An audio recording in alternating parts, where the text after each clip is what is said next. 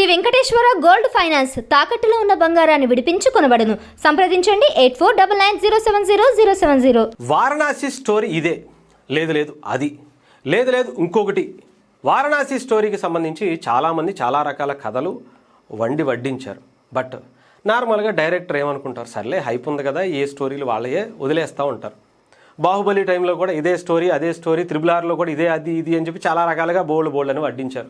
But అల్టిమేట్గా cinema release అయిన తర్వాత వాళ్ళకు, ఎందుకంటే రాజమౌళి గారు ఎప్పుడు కూడా ఆల్మోస్ట్ ట్రైలర్లోనో లేదంటే టీజర్లోనో సినిమాకి రిలీజ్ ముందే స్టోరీని కొంత అర్థమయ్యేలా వాళ్ళకి చెప్పేస్తారు.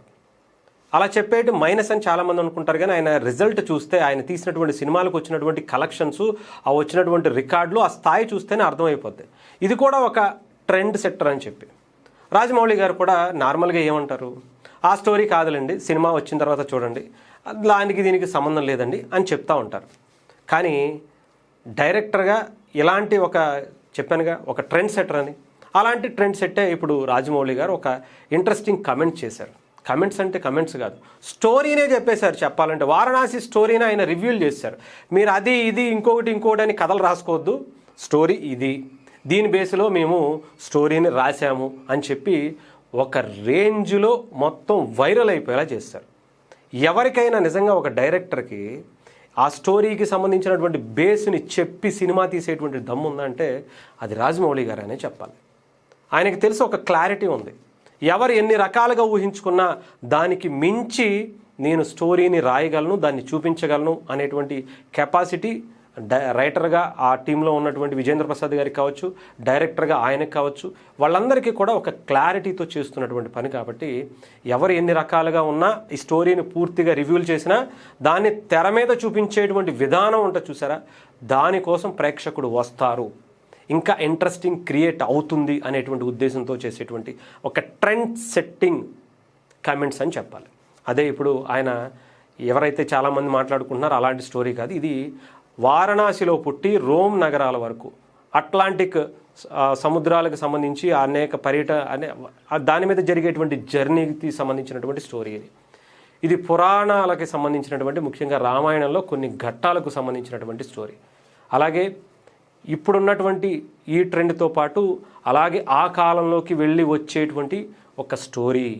దీంట్లో ఎలా ఉంటుంది, పసిఫిక్ మహాసముద్రం గురించి అనేకమైనటువంటి చాలా మంచు కొండల గురించి, దాంట్లో ఉండేటువంటి క్యారెక్టర్స్ గురించి, రాముడు, అలాగే వారణాసిలో మహేష్ బాబు గారు, వారణాసికి ఈ సిటీకి సంబంధించినటువంటి చరిత్ర, అలాగే రోమ్ నగరానికి సంబంధించినటువంటి రోమ్ నగరం గతంలో ఎలా ఉండేది, అప్పుడు ఎలాంటి పరిస్థితులు ఉన్నాయి, దానికి భారతదేశానికి ఏంటి సంబంధం, అక్కడ కల్చర్కి ఇక్కడ ఉండేటువంటి కల్చర్కి ఏంటి సంబంధం, రామాయణానికి రోమ్ నగరాలకి మిగతా అనేక దేశాలకు సంబంధించినటువంటి చరిత్ర, ఇక్కడ మన భారతదేశ సంస్కృతికి లింకప్స్ ఎలా ఉన్నాయి, ఇవన్నీ కూడా ఆయన స్టోరీలో ఒక వండర్ క్రియేట్ చేసేటువంటి విధంగా సినిమా ఆల్మోస్ట్ 80% తీసేశారట.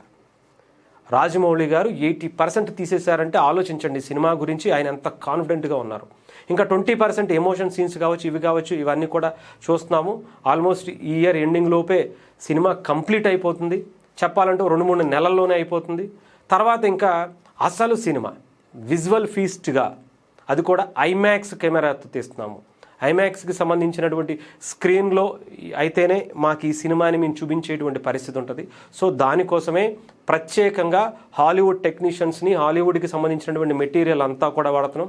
ప్రత్యేకించి చెప్పాలేంటి చెప్పండి, ఆ జామ్స్ కెమెరానే అవతార్ తీసినటువంటి ఆయన డైరెక్టరే, నేను మీ సినిమాలో ఒక పార్ట్ ఏదైనా తీస్తాను, నేను కూడా కెమెరా పట్టుకుని షూట్ చేస్తాను, నాకు కూడా అవకాశం ఇస్తావా అని చెప్పి అడిగారు అంటేనే ఆలోచించండి ఈ సినిమా గురించి ఆయన ఎంత వర్క్ చేస్తున్నారో, దాన్ని ఆయన్ని కూడా మెప్పించేలా ఎలాంటి కార్యక్రమాలు చేస్తున్నారో ప్రత్యేకించి చెప్పాల్సిన అవసరం. సో ఫస్ట్ ఐమాక్స్ విజన్తో చూపించేటువంటి ఇండియన్ సినిమా అని చెప్పచ్చు. అలాగే ప్రపంచం మొత్తం కూడా ఆశ్చర్యపోయేలా ఒక ఇండియన్ స్టోరీని ప్రపంచానికి సరికొత్తగా పరిచయం చేయబోతున్నటువంటి అసలు సిసలైనటువంటి భారత స్టోరీగా ఆయన తీసేటువంటి విధానం కావచ్చు, ఇవన్నీ కూడా ఎంత ఊహించుకోండి దానికి మించే ఉంటుందని చెప్తున్నారు తప్ప తగ్గేటువంటి ప్రసక్తే లేదని చెప్తున్నారు.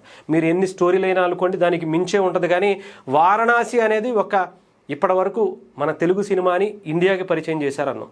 ఇప్పుడు ఇండియన్ సినిమాని ప్రపంచానికి పరిచయం చేయబోతున్నాడు రాజమౌళి గారు అనుకునేటువంటి స్థాయికి ఇప్పుడు వారణాసిని తీసుకెళ్తున్నారంటే మీరు ఆలోచించుకోవచ్చు. మగధీరాన్ని చూసాం, బాహుబలిని చూసాం, ఆ తర్వాత వచ్చినటువంటి త్రిబులార్ని చూసాం, ఏగా సినిమాని చూసాం. ఇప్పుడు వారణాసిని ప్రపంచం చూసేలా ఆయన ఒక అద్భుతమైనటువంటి స్టోరీని, ఆ స్టోరీకి తగ్గట్టుగా విజువల్స్ని, క్యారెక్టరైజేషన్స్ని, అటు మనకు తెలుసు మహేష్ బాబు గారు దీంట్లో హీరో కానీ, చాలామంది అటు విలన్గా మలయాళంకి సంబంధించినటువంటి పృథ్వీ గారు చేస్తున్నారని, ఇంకా చాలామంది ఉన్నారు. అవన్నీ కూడా మనం ఏప్రిల్ 7వ తారీఖుట రిలీజ్ డేట్ కూడా నాకు తెలిసి ఫస్ట్ టైము రాజమౌళి గారు అనౌన్స్ చేసి మరి 2027 సంబర్ని టార్గెట్ చేసుకుని ఆయన సినిమా థియేటర్లో ఒక రేంజ్లో యుద్ధం చేయటానికి ఇండియన్ సినిమా ప్రేక్షకుడికి అసలు సిసలైనటువంటి ఇండియన్ సినిమాని చూపించేటువంటి ప్రయత్నం చేస్తున్నటువంటి పరిస్థితి అయితే కనిపిస్తుంది.